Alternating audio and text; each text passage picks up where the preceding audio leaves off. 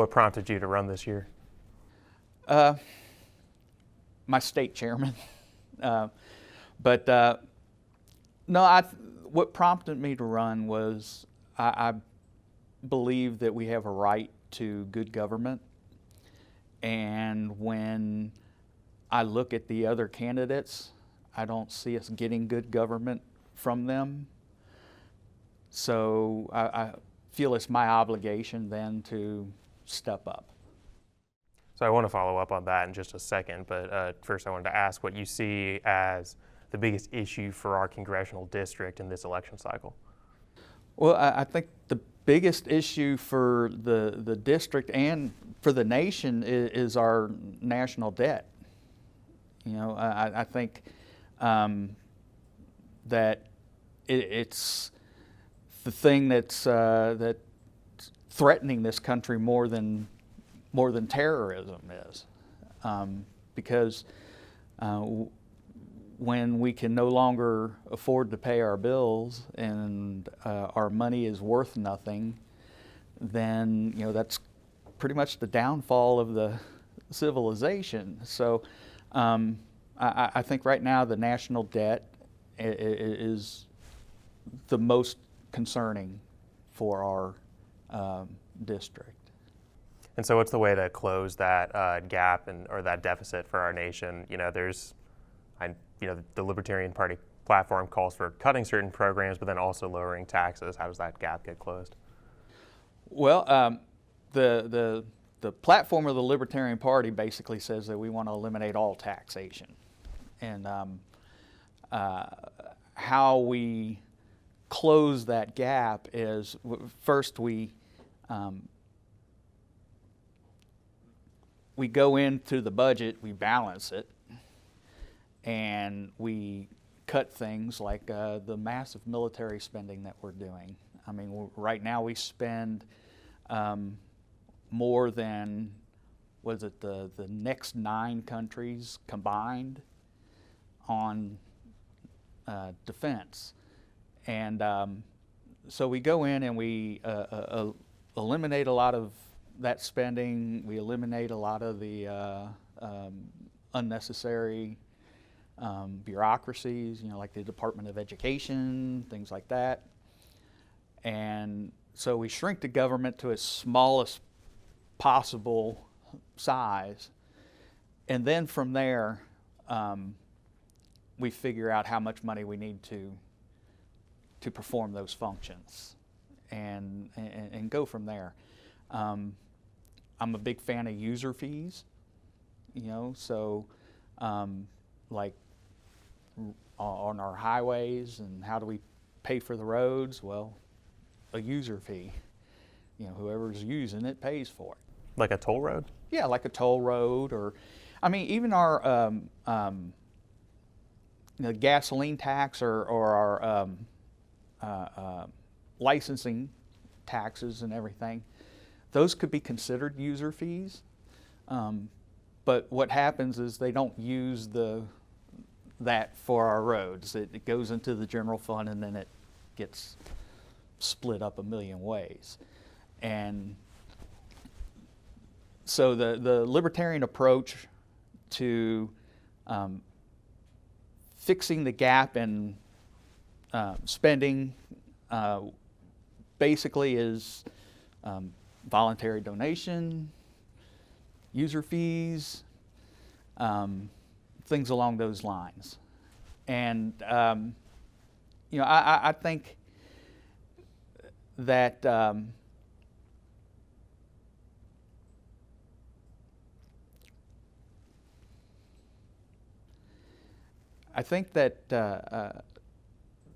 if there's a program that we want as a people, take something like Social Security, okay? If it's something that we want, then the politicians need to go to their constituents and sell them on the idea.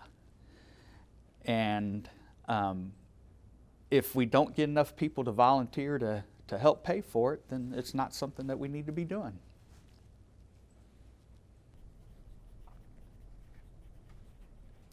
All right, and I want to follow up on a couple of those as well too. But first I wanted to ask as well.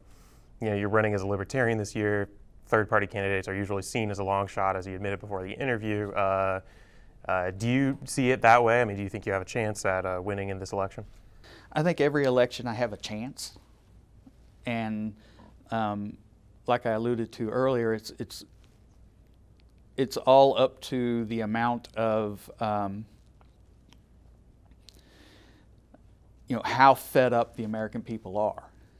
Have we reached the point where we're ready to ditch the two-party system and take a chance and vote for something different? And each election cycle I see us gaining ground, and so yeah, I believe I can win. I mean, I wouldn't do it unless I believed I could win. All right, thank you. So I want to go into a couple of questions that are more specifically policy related. The first one, and you haven't touched on this yet, but we've done a lot of coverage here at our station about the death penalty, the federal death penalty, which is likely to resume if Trump wins the election, and the state death penalty, which they've already announced that there's going to be another execution in Indiana. Now, what is your stance? What is the party's stance on the state and the federal government resuming these executions in Indiana? Well, the party stance and my stance are pretty much, lockstep. I don't believe in the death penalty. The government can't even fix a pothole. I don't trust them to decide who should live or die. And, there have been people that have been exonerated and left off of death row because they've been proven later, after a massive fight, to be innocent. And I just feel that if we execute someone, then that robs them of their opportunity. And yes, I know that people they have a certain amount of appeals and everything to go through it. But, like in the case of DNA evidence, there are people that are being let off a death row now because of DNA evidence that is now, with the technology that we have, we can prove that it wasn't them, versus the DNA technology when they were convicted.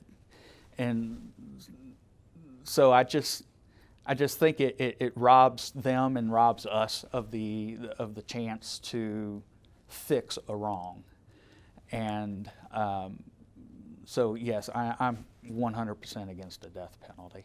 You mentioned also earlier that military spending is one of the things that Libertarians would prioritize cutting down. If you make gains in the election. The United States is currently supporting several allies, Ukraine and Israel, in their own conflicts, supplying weapons, money. What is your position on these particular conflicts? Do you support the current administration's policies regarding Ukraine and Israel? I do not. I don't think that our government should be sending our tax dollars to other countries, whether it be for what they call foreign aid or military aid. Our forefathers warned us about getting involved in entangling alliances and staying out of the European wars, and I think we should heed that advice. And we have our own problems to deal with, and we should deal with us and not worry about the rest of the world. We cannot be the world's policeman anymore. And, we need to bring, the troops from, it was like 280 some odd bases across the world. We need to bring them people home. And if we want to put them on our border to protect our border, we can do that. But but no, I think I don't agree with the administration funding Ukraine.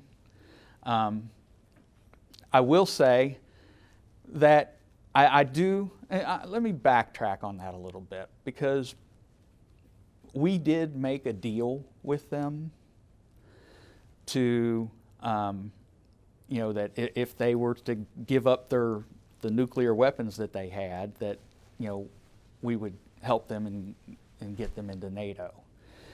So, I don't know, maybe we owe them a little, but beyond that, no, I really think that we need to keep our hands out of everybody else's business. So you would support Ukraine joining NATO? I would support Ukraine joining NATO, yes. Okay. Because if Ukraine is members of NATO, then we have an obligation to send troops over there to defend them. Right. But they're currently not a member, and so we don't have that treaty with them. Okay, but we did, as a libertarian, I'm really big on making sure you make good on the promises that you make. And so I would be in favor of us at least doing that. Okay, and you mentioned also the Department of Education being something that you saw as extraneous. So do you think that there should be public education at all in Indiana in terms of public elementary schools, middle schools, high schools? I think the government should be out of the education business, just like I think they should be out of the healthcare business, out of the real estate business. The job of government is to secure our rights, and beyond that, they're overstepping. I believe that parents and communities can handle the education of their children a lot better than the government can. So do you support like school charter programs? Yes, yeah. School choice. I think that people should be able to take the tax money that's being taken from them and spend it on the education that they want for their children. And you also said that Social Security should be a volunteer-to-pay system. I think Social Security, for the people that have, and like myself, I'm going to be retiring here in a few years. People that have paid into the system definitely need to get back out of the system, at least what they put into it. But I think Social Security should be something that we phase out. So for the younger workers who already know that there's no way they're going to collect Social Security because it's going to collapse before you get there. If you took the money that they're taking from you for Social Security and you just put it in the S&P 500, you'll make more money than what you would get out of Social Security. What about like for poor folks who aren't necessarily able to put something away at the end of the month? Somebody who's been working, retail for their whole lives, who's retiring now and would rely on Social Security. Should they rely on the same like private investment option? Well, they're still taking money out of their check for Social Security, and what I'm saying is let them have that money back so they can invest that money. And if they invest that money, like I said, in just in the S&P 500, they'll make more money than they would with the Social Security system. So, libertarians get accused a lot of, you don't like poor people, or you want people to starve, things like that, and that'd be furthest from the truth. We just believe that the government is the absolute worst mechanism for providing that. I can feed my neighbor a lot better than the government can, because I can take my money and without any overhead go to the store and buy it and say, here you go, here's your groceries. And as a matter of fact, the Libertarian Party of Clark County, we operate our own food bank. And so how to deal with poor people is just like, Jesus said, the poor you'll have with you always. And he said for us to take care of them, not the government. And so I'm in favor of voluntary foundations that are set up that take voluntary money and help people.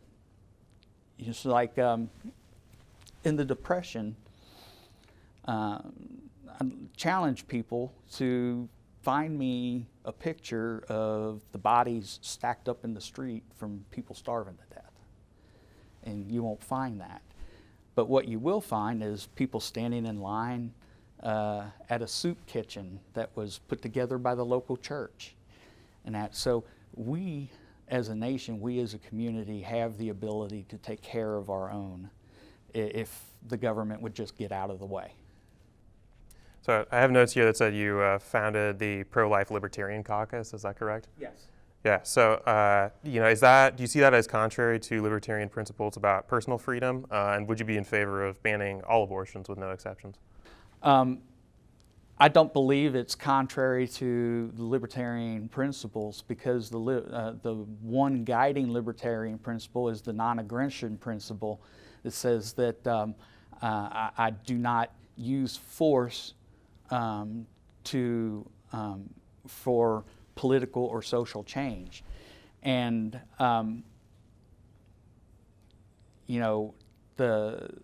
it says that I don't have the right to aggress on you. And I believe that abortion is a violation of the non-aggression principle. So it violates one of the very basic tenets of libertarianism. So would I ban all abortion? No. Because I do believe that a woman has a right to self-defense. And if a pregnancy is killing her, then she absolutely has a right to defend her life. I also believe that if a woman is raped, then she was impregnated against her will.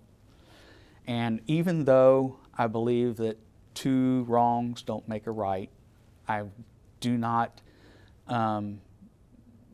I cannot in good conscience force someone to carry a child that was resulted from a rape. Okay. Now, as far as the life of the mother, I'm on the side and of the opinion that, and a lot of doctors say this, is that it's never really necessary to kill the child in order to save the mother.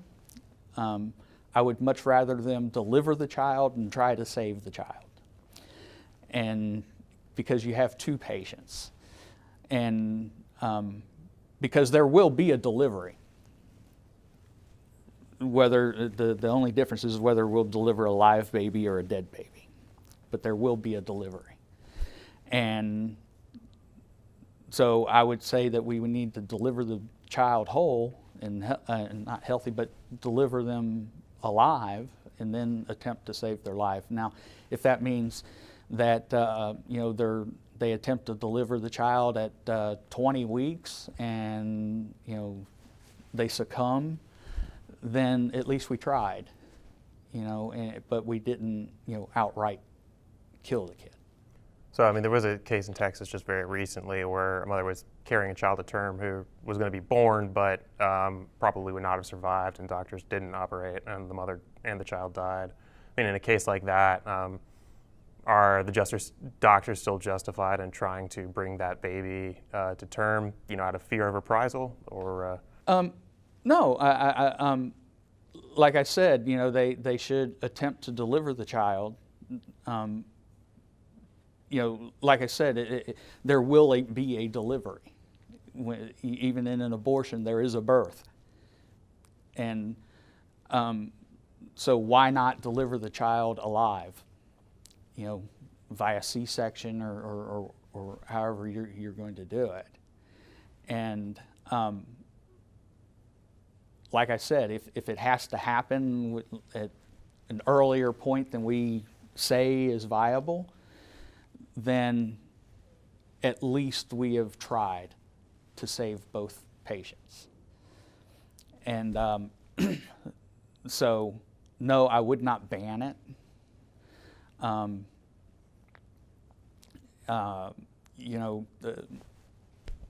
There's always going to be extreme circumstances and cases, but I found that the vast majority of abortions are performed basically because the child's inconvenient, and I am firmly against that.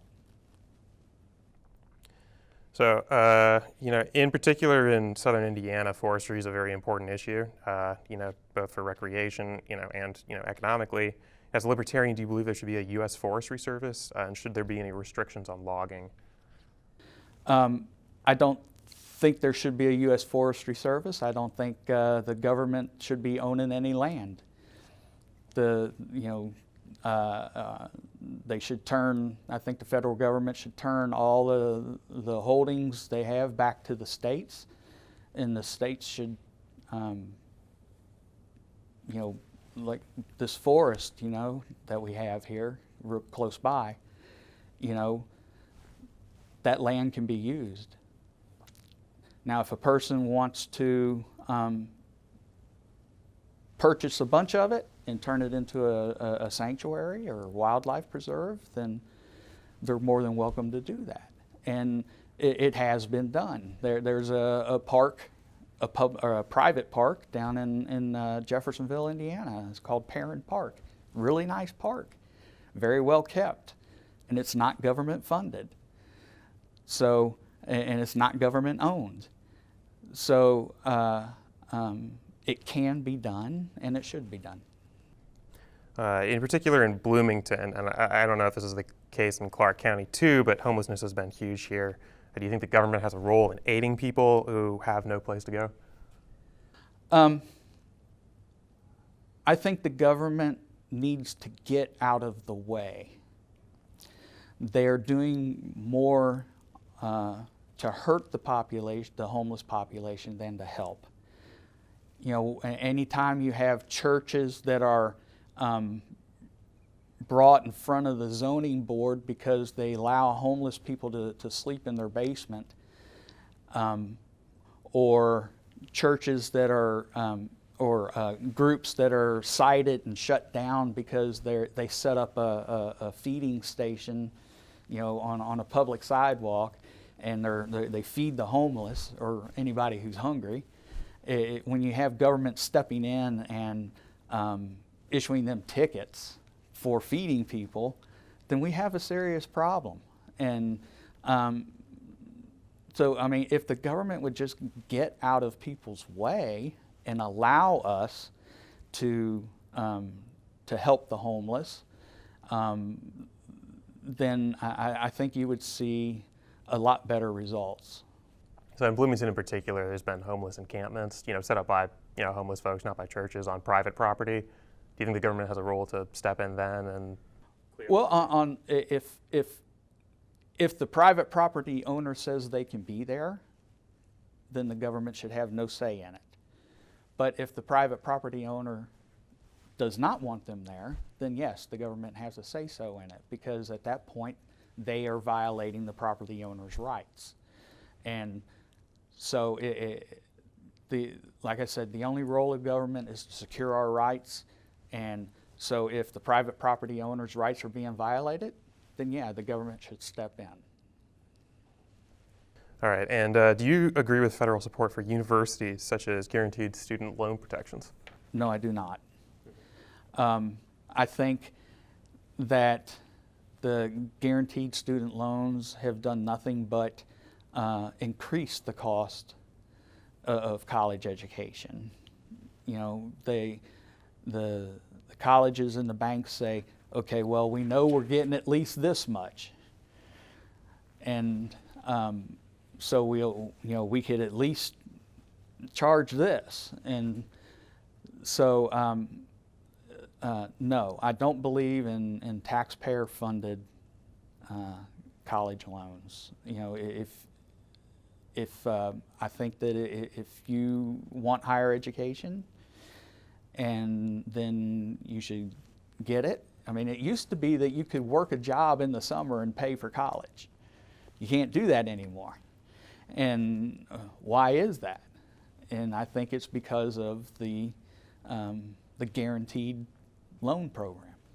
So I wanted to ask you about the other two candidates in the race, starting with incumbent Erin Houchin. I mean, how would you evaluate her performance, and how would you differentiate your position and yourself from her? I would say that she does what a good little Republican does, and votes accordingly. I really haven't gone and researched all her votes and things like that, because to me it doesn't matter, because they are going to continue to do what they've always done.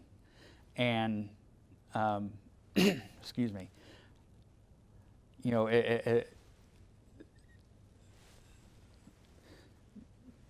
they with this two-party system, with this duopoly, I believe that they trade off. Okay, you get to vote no on this, even though we know it's going to pass, but you get to vote no on this, so you can go back to your people and say you voted no. And then the next go around is, well, you got to vote yes on this. And so, I mean, how I would differentiate myself basically is the questions I would ask myself before I voted for anything was, is it constitutional? Does it secure our rights, or does it violate somebody's rights? And is it good for the community? Those are basically my three points. And so if the Constitution says we can do it, and it's securing rights, and it's good for the community, then I'll vote for it. If there's a no to any of those questions, I'm going to vote against it. And so, I say what I mean, and I mean what I say. And so I guess in that way I'll be different. That's as opposed to Houchin, who you don't think has the same considerations in terms of her priorities?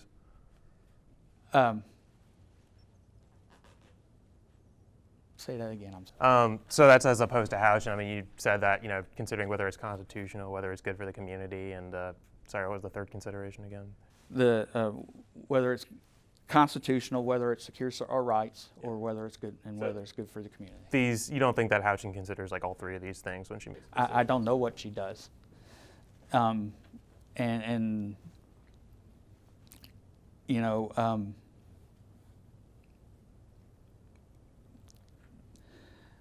all I can tell you is how I would do things. And if you want things to continue to stay the same, then vote for Erin.